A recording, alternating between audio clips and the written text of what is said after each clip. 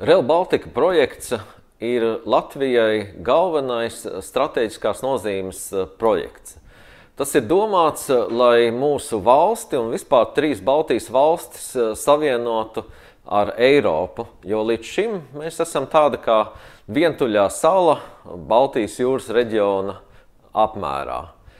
Un nav mums svarīgākas lietas par Rail Baltica dzelzceļa līnijas būvniecību.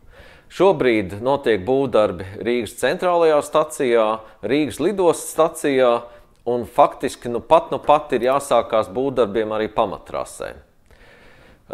Tas, kas ir izdarīts manā laikā, ir nākuši klāt vairāki Rail Baltica parametri, kas, manuprāt, ir būtiski mūsu iedzīvotājiem un mūsu uzņēmējiem. Mēs esam papildinājuši Rail Baltica starptautisko līniju ar reģionālajām stacijām. Tā, lai cilvēki, kas dzīvo gar Rail Baltica līniju, varētu izmantot tās priekšrocības, ko dod vilcienu satiksme. Salacgrīvā, Bauskā, Iecavā, Jaunmārupē, Kultē un citur.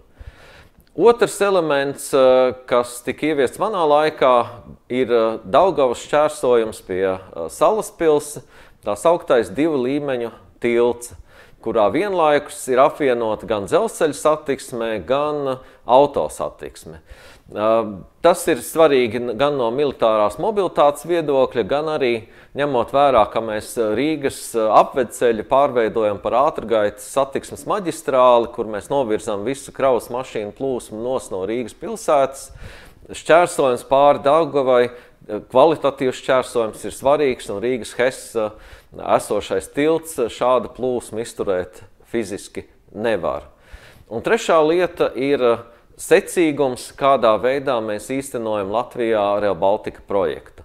Tātad vispirms mēs būvējam to pamattrases posmu, kas no Rīgas lidostas dodas Lietuvas virzienā. Un tas ir tāpēc, lai mēs tiklīdz uzbūvējam kādu vienu nozīmīgu posmu, mēs to varam jau sākt izmantot ikdienas braucieniem. Piemēram, no Rīgas lidostas uz Bausku būtu pirmais posms, kā Rail Baltica trase funkcionētu.